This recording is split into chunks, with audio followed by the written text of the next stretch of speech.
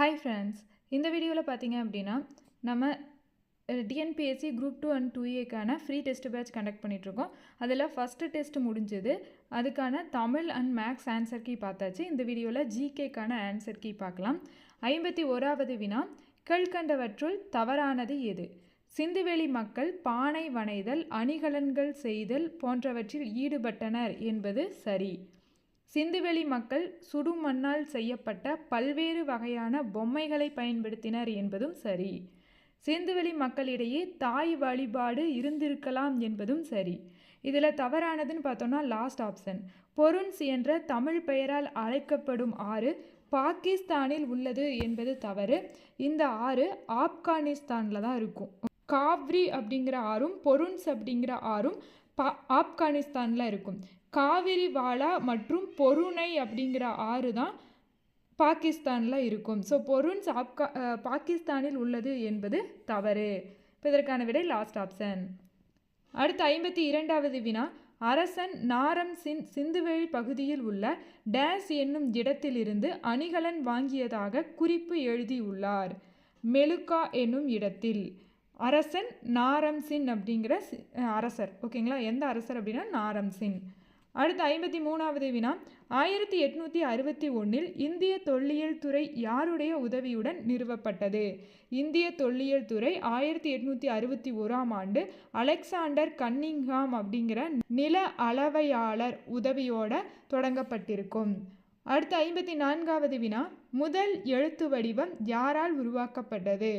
முதல் எழுத்து வடிவம் சுமேரியர்களால் உருவாக்கப்பட்டிருக்கும். அடுத்து 55வது வினா, ஹரப்பா நகரின் மேற்கு பகுதி எவ்வாறு அழைக்கப்பட்டது? ஹரப்பா நகரத்தில் பார்த்தோம் அப்படின்னா திட்டமிடப்பட்ட 2 பகுதிகள் இருந்திருக்கும். திட்டமிடப்பட்ட 2 பகுதிகள் ஹரப்பா நகரத்தில் இருந்திருக்கும். ஒன்று பார்த்தோம் அப்படின்னா மேல்நகர அமைப்பு அப்படின்னு சொல்லுவாங்க. ஒன்று மேல்நகர அமைப்பு, இனி ஒன்று கீழ்நகர அமைப்பு. இதுதான் ஹரப்பா நாகரிகத்தில் இருந்த 2 திட்டமிடப்பட்ட பகுதிகள். அதில் ஹரப்பா நகரத்தோட மேற்கு பகுதி எங்கே இருக்கும் அப்படின்னா மேற்கு பகுதி மேல்நகர அமைப்பில் தான் மேற்கு பகுதி அப்படிங்கிறது இருக்கும். அதில் பார்த்தோம் அப்படின்னா கோட்டை அப்படிங்கிறது காணப்படும். மேற்கு பகுதி உயரமானதாக இருக்கும், அதே கோட்டை அப்படின்னு சொல்லுவாங்க. அது மட்டும் இல்லாமல் பெருங்குளம், தானிய களஞ்சியம் இது எல்லாமே இந்த மேல்நகர அமைப்பில் தான் இருந்திருக்கும். அடுத்து 56வது வினா, ஹரப்பா நகரில் பொதுமக்கள் வசிக்கும் இடம். இந்த 2 பகுதிகள் இருக்குன்னு சொல்லி பார்த்தோம் இல்லையா, மேல்நகர அமைப்பு கீழ்நகர அமைப்பு. அதில் மேல்நகர அமைப்பில் பார்த்தோம் அப்படின்னா கோட்டை அப்படிங்கிறது உயரமாக அமைக்கப்பட்டிருக்கும். நகர நிர்வாகிகள் தான் அந்த மேல்நகர அமைப்பை பயன்படுத்தியிருப்பாங்க. அதில் பெருங்குளம், தானிய களஞ்சியம் 2 இருந்திருக்கும். கீழ்நகர அமைப்பு தான் பொதுமக்கள் வசிக்கும் இடமாக ஹரப்பாவில் இருந்திருக்கும். கீழ்நகர அமைப்பு அப்படிங்கிறது இது கிழக்கு பகுதியில் சற்று தாழ்ந்த உயரமுடையதாக இருக்கும். அதிகமான பரப்பளவு கொண்டதான் இந்த கீழ்நகர அமைப்பு அப்படிங்கிறது காணப்படும். அடுத்து 57வது வினா, கீழ்கண்டவற்றுள் சரியான கூற்று எது? ஹரப்பா மக்கள் பெரும் வணிகர்களாக இருந்தனர் என்பது சரி. மெசபடோமியாவோட வணிக தொடர்பு வச்சிருந்ததுக்கான சான்றுகள் கிடைத்துள்ளது. பொருட்களோட நீளத்தை அளவிட அளவுகள் குறிக்கப்பட்ட குச்சிகளை பயன்படுத்தினர் என்பதும் சரி. ஆரக்கால் இல்லாத திடமான சக்கரங்களை பயன்படுத்தினர் என்பதும் சரி. தானிய களஞ்சியம் தொடக்க கால ஹரப்பா காலத்தை சார்ந்தது அப்படிங்கிறது தவறு. தானிய களஞ்சியம் பார்த்தோம் அப்படின்னா முதிர்ச்சி அடைந்த ஹரப்பா காலத்தை சேர்ந்ததாக இருக்கும், தொடக்க காலம் வராது. அப்போ இதில் சரியான கூற்றுன்னு கேட்குறாங்க. 1, 2 மற்றும் 3 சரி. அடுத்து 58வது வினா, சிந்து சமவெளியின் எந்த பகுதியில் கப்பல் கட்டும் மற்றும் செப்பனிடும் தளம் கண்டுபிடிக்கப்பட்டுள்ளது? லோத்தல். இந்த லோத்தல் எங்கே இருக்குது அப்படின்னு பார்த்தோன்னா குஜராத்தில் இருக்குது. குஜராத் மாநிலத்தில் இருக்க லோத்தல் அப்படிங்கிற பகுதியில் சிந்து சமவெளியோட கப்பல் கட்டும் மற்றும் செப்பனிடும் தளம் கண்டுபிடிக்கப்பட்டுள்ளது. அடுத்து 59வது வினா, ஹரப்பா நகரில் தெருக்கள் எந்த வடிவமைப்பை கொண்டிருந்தன? தெருக்கள் சட்டக வடிவத்தை கொண்டிருக்கும். அடுத்து 60வது வினா, உலகின் பழமையான 4 நாகரிகங்களில் பெரிய பரப்பளவு கொண்டது எது? பெரிய பரப்பளவு கொண்டது அப்படின்னு பார்த்தோன்னா சிந்துவெளி நாகரிகம் தான். உலகோட பழமையான நாகரிகங்கள் 4 இருக்குது. அது என்னென்ன அப்படின்னா சீன நாகரிகம், எகிப்து நாகரிகம், மெசபடோமியா நாகரிகம். இதில் பெரிய பரப்பளவு கொண்டது அப்படின்னா சிந்துவெளி நாகரிகம். அடுத்து 61வது வினா, சிந்துவெளி பகுதியில் அமர்ந்த நிலையில் உள்ள ஓர் ஆண் சிலை எங்கு கண்டுபிடிக்கப்பட்டது? மொஹஞ்சதாரோ. மொஹஞ்சதாரோ அப்படிங்கிற இடத்துல தான் அமர்ந்த நிலையில் ஒரு ஆண் சிலை கண்டுபிடிக்கப்பட்டிருக்கும். அடுத்து 62வது வினா, உலகின் முதலில் கட்டப்பட்ட பொதுக்குளம் எங்கு உள்ளது? உலகின் முதலில் கட்டப்பட்ட பொதுக்குளம் மொஹஞ்சதாரோவில் இருக்குது. இது எந்த வடிவமில் இருக்குது அப்படின்னு பார்த்தோன்னா, இந்த பொதுக்குளம் செவ்வக வடிவமைப்பை கொண்டிருக்கும். நீர் கசியாத மாதிரி இந்த பொதுக்குளத்தை கட்டியிருப்பாங்க. சுட்ட செங்கற்கள் வச்சு நீர் கசியாமல் இருக்கிறதுக்காகவும் தளத்தில் பல அடுக்குகள் கொண்ட இயற்கை தாரும் பூசியிருப்பாங்க. குளத்தோட 3 பக்கவாட்டில் பார்த்தோம் அப்படின்னா அறைகள் வச்சுருப்பாங்க இந்த பொதுக்குளத்தில். அடுத்து 63வது வினா, குஜராத் மாநிலத்தில் கண்டுபிடிக்கப்பட்ட தந்தத்தால் ஆன அளவுகோல் எத்தனை மில்லிமீட்டர் வரை சிறிய அளவீடுகளை கொண்டிருந்தது? 1704 மில்லிமீட்டர். எந்த மாநிலம் அப்படின்னா குஜராத் மாநிலத்தில் தான் தந்தத்தால் ஆன அளவுகோல் கண்டுபிடிக்கப்பட்டுள்ளது. அடுத்து 64வது வினா, கீழ்கண்டவற்றுள் ஹரப்பா இருந்ததற்கான முதல் வரலாற்று ஆதாரம் எது? ஹரப்பா இருந்ததற்கான முதல் வரலாற்று ஆதாரம் பாழடைந்த செங்கற்கோட்டை. அடுத்து 65வது வினா, ஹரப்பா நாகரிகம் சரிய தொடங்கிய ஆண்டு எது? ஹரப்பா நாகரிகம் பார்த்தோம் அப்படின்னா மொத்தமாக 3 காலகட்டமாக சொல்லப்படுது. ஹரப்பா நாகரிகத்தை 3 காலகட்டமாக சொல்கிறாங்க.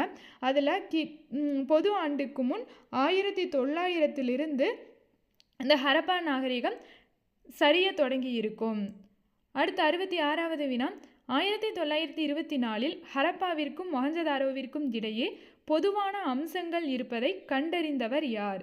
1924 ஹரப்பா மற்றும் மொஹஞ்சதாரோக்கு இடையில் பொதுவான அம்சங்கள் இருந்ததை கண்டறிந்தவர் ஜான் மார்சல் அப்படிங்கிறவர் கண்டறிந்திருப்பார். அடுத்து 67வது வினா, மெஹர்கர் பாகிஸ்தான் நாட்டில் உள்ள எந்த ஆற்று பள்ளத்தாக்கில் அமைந்துள்ளது? போலன் ஆற்று பள்ளத்தாக்கு. அடுத்து 68வது வினா, சிந்துவெளி மக்கள் எவற்றை பற்றி அறிந்திருக்கவில்லை? இரும்போட பயனையும் குதிரையின் பயனையும் சிந்துவெளி மக்கள் அறிந்திருக்க மாட்டார்கள். அடுத்து 69வது வினா, சமுத்திரகுப்தர் பற்றி கூறும் கல்வெட்டு எது? சமுத்திரகுப்தர் பற்றி அலகாபாத் தூண் கல்வெட்டு குறிப்பிடுகிறது. மெக்ராலி இரும்பு தூண் கல்வெட்டு முதலாம் சந்திரகுப்தரை பற்றி சொல்லும். முதலாம் சந்திரகுப்தரை பற்றி குறிப்பிடும் கல்வெட்டு அப்படின்னா மெக்ராலி இரும்பு தூண் கல்வெட்டு. அடுத்து 70வது வினா, கீழ்கண்டவற்றுள் காளிதாசர் எழுதிய நூல்களுள் பொருந்தாதது எது?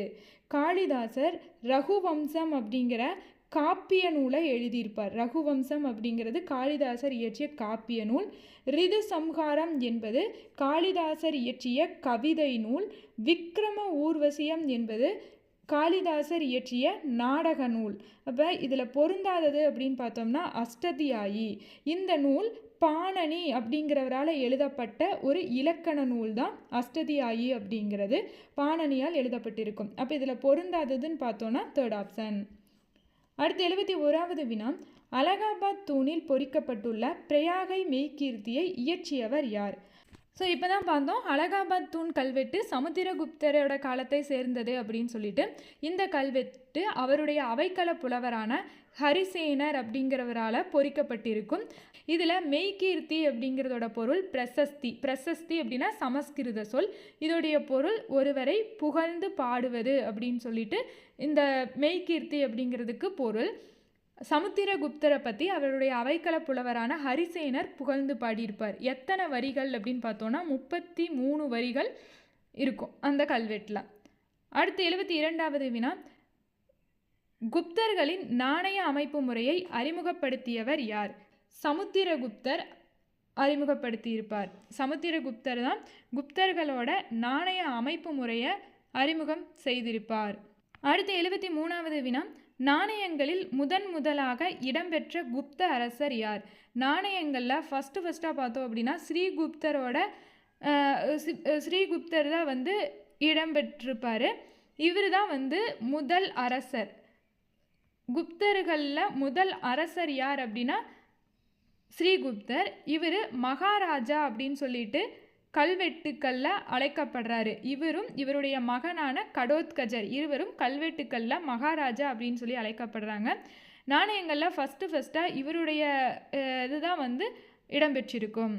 அடுத்து 74வது வினா, அறுவை சிகிச்சை செய்முறையை பற்றி விளக்கிய முதல் இந்தியர் யார்?